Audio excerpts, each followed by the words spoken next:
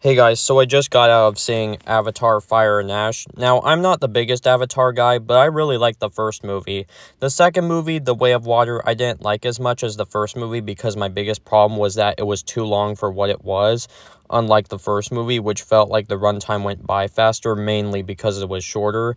And the first movie had a much more interesting narrative and was kind of its own thing. So I was pretty excited to see this new one, and the trailers looked pretty good, although kind of the same.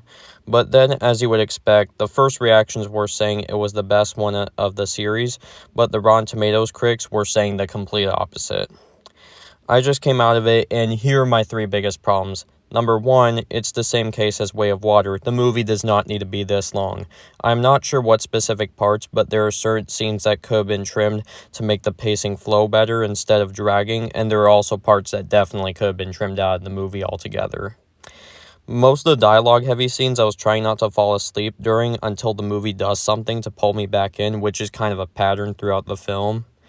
Number two is that I didn't like the use of the widescreen throughout the movie. I do like the use of it most of the time in movies made for IMAX, and I believe widescreen is the future, but although it is supposed to enhance you throughout the movie, it just pulled me out of the movie during the dialogue-heavy and not so immersive scenes.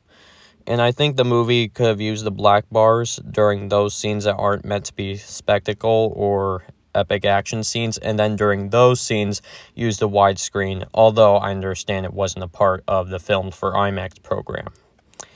And number three, and what most would say is the biggest issue with the movie, which is also a kind of a back-to-back problem the way I look at it, is the dialogue can be really cheesy, such as the kids using the word bro a lot, like they are middle schoolers, and I feel like the character that gets this dialogue the most I thought was really cringe and annoying throughout, even when he's trying to be funny, is Spider. Other than that, this movie was good, and was another good immersive spectacle, or theatrical experience, or whatever you want to call it, from James Cameron, although my least favorite of this series.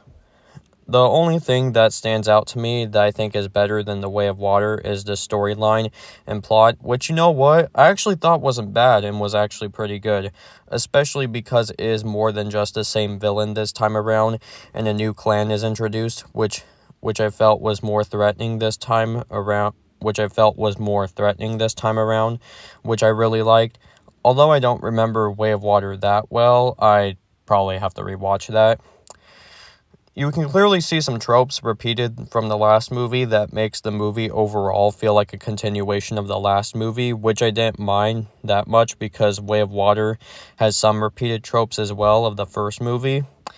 And one last thing is I thought, excluding Spider, I thought the humor was actually used pretty well, and it seems like it knows when it's trying to be funny without clearly stating it.